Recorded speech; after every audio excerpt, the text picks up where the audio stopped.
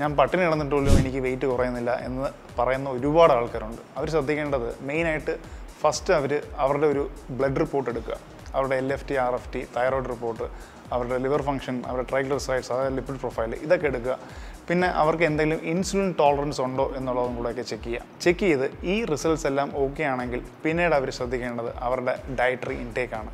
തീർച്ചയായിട്ടും പട്ടിണി കിടക്കുന്ന ആൾക്കാർ വെയിറ്റ് കുറയും എന്നുള്ളതിൽ ഒരു സംശയമില്ല. അങ്ങനെയാണെങ്കിൽ തീർച്ചയായിട്ടും നിങ്ങൾ പട്ടിണിയല്ല, നിങ്ങൾ കൂടുതൽ കാലറി കൺസ്യൂം ചെയ്തിട്ടാണ് നിങ്ങളുടെ വെയിറ്റ് കൂടി നിൽക്കുന്നത്. വെയിറ്റ് കുറയുന്നില്ല എന്ന് വിഷമിക്കുന്ന എല്ലാ ആൾക്കാരും ആദ്യമായിട്ട് ശ്രദ്ധിക്കേണ്ടത് വെയിറ്റ് അല്ല, നിങ്ങൾ ആദ്യം ചെയ്യേണ്ടതെന്ന് വെച്ച് കഴിഞ്ഞാൽ നിങ്ങളുടെ മെഷർമെൻറ്റ്സ് പ്രോപ്പറായിട്ട് എടുക്കുക. അത് 2 വീക്സ് കൂടുമ്പോൾ നിങ്ങൾ മെഷർ ചെയ്ത് വയ്ക്കുക. കാരണം മെഷർമെൻറ്റ് എടുക്കുന്നതാണ് ഐഡിയലായിട്ട് നിങ്ങളുടെ ഒരു ഫിറ്റ്നസ് ജേർണി ഹെൽപ്പ് ചെയ്യുന്നത്. അല്ലാതെ നമ്മൾ സ്കെയിലിൽ കാണുന്ന വെയിറ്റ് അല്ല. കാലറി ഇൻ കാലറി ഔട്ട് എന്നുള്ളതിൻ്റെ ഒരു ഡീറ്റെയിലിംഗ് ഞാൻ പറഞ്ഞു തരാം. നമ്മൾ കഴിക്കുന്ന ഭക്ഷണത്തിന് തീർച്ചയായിട്ടും ഒരു എനർജി ഉണ്ട്.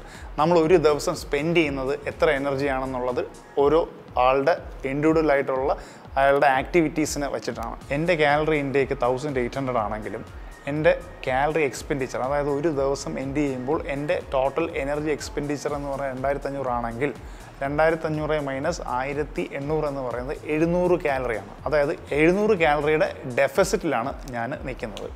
അങ്ങനെയാണെങ്കിൽ തീർച്ചയായിട്ടും over the period of time നിങ്ങൾ വെയിറ്റ് കുറയും. നിങ്ങൾ കാലറി കാൽക്കുലേറ്റ് ചെയ്യേണ്ടത് എപ്പോഴും ഇങ്ങനെ ആയിരിക്കണം. നിങ്ങൾ കൺസ്യൂം ചെയ്യുന്ന ഫുഡിന് എനർജി ഉണ്ടാവും.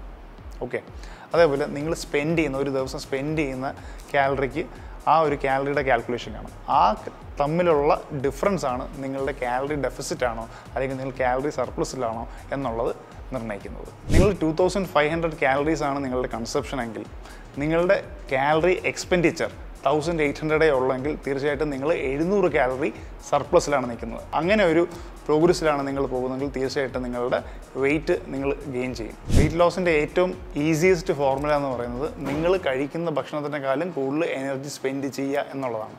കൂടുതൽ എനർജി സ്പെൻഡ് ചെയ്യാന്ന് വെച്ച് കഴിഞ്ഞാൽ തീർച്ചയായിട്ടും നിങ്ങൾ എക്സസൈസ് എന്ന് പറയുന്ന അല്ലെങ്കിൽ വർക്കൗട്ട് എന്ന് പറയുന്ന ഒരു പാറ്റേൺ വഴി നിങ്ങളൊരു എനർജി ഡെഫിസിറ്റ് ക്രിയേറ്റ് ചെയ്യുക എന്നുള്ളതാണ് ഏറ്റവും ഈസിയസ്റ്റ് മെത്തേഡ് എന്ന് പറയുന്നത്. ഞാൻ വെള്ളം കുടിച്ചാലും വെയിറ്റ് കൂടും എന്ന് പറയുന്ന ഒരുപാട് ആൾക്കാരുണ്ട്. ഫസ്റ്റ് ഓഫ് ഓൾ നിങ്ങളുടെ വെള്ളത്തിന് കാലറി ഇല്ല.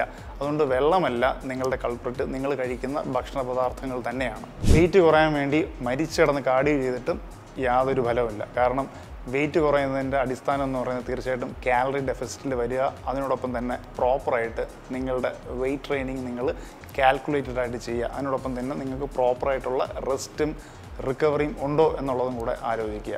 എന്താണ് കാലറി, എങ്ങനെയാണ് ഒരു കാലറി ഡെഫിസിറ്റ് ക്രിയേറ്റ് ചെയ്യുക, എങ്ങനെയാണ് നിങ്ങൾ കാലറി സർപ്ലസിൽ വരിക എന്നുള്ളതിൻ്റെ ഒരു ഐഡിയ നിങ്ങൾക്ക് കിട്ടിയിട്ടുണ്ടാവും. അതുകൊണ്ട് നിങ്ങൾ പട്ടിണി കിടന്നാൽ അല്ല, നിങ്ങൾ പ്രോപ്പറായിട്ട് ഡയറ്റ് നോക്കിയാൽ മാത്രമേ നിങ്ങൾ ഉദ്ദേശിക്കുന്ന റിസൾട്ട്സ് നിങ്ങൾക്ക് കിട്ടൂ എന്നുള്ളത് നിങ്ങൾക്ക് മനസ്സിലായിട്ടുണ്ടാവും. ഈ വീഡിയോ നിങ്ങൾ കണ്ട് ഇഷ്ടപ്പെട്ടിട്ടുണ്ടെങ്കിൽ തീർച്ചയായിട്ടും കമൻറ്റ് ബോക്സിൽ കമൻറ്റ് ചെയ്യുക. നിങ്ങൾക്ക് ഫർദറായിട്ട് എന്തെങ്കിലും ഡൗട്ട്സ് ഉണ്ടെങ്കിൽ താഴെ കാണുന്ന ഡിസ്ക്രിപ്ഷനിലെ നമ്പറിൽ നിങ്ങൾക്ക് കോൺടാക്ട് ചെയ്യുന്നതാണ്. ഞാനുമായിട്ട് നിങ്ങൾക്ക് കണക്ട് ചെയ്യാൻ പറ്റും. അടുത്ത വീഡിയോയിൽ കാണുന്നത് വരെ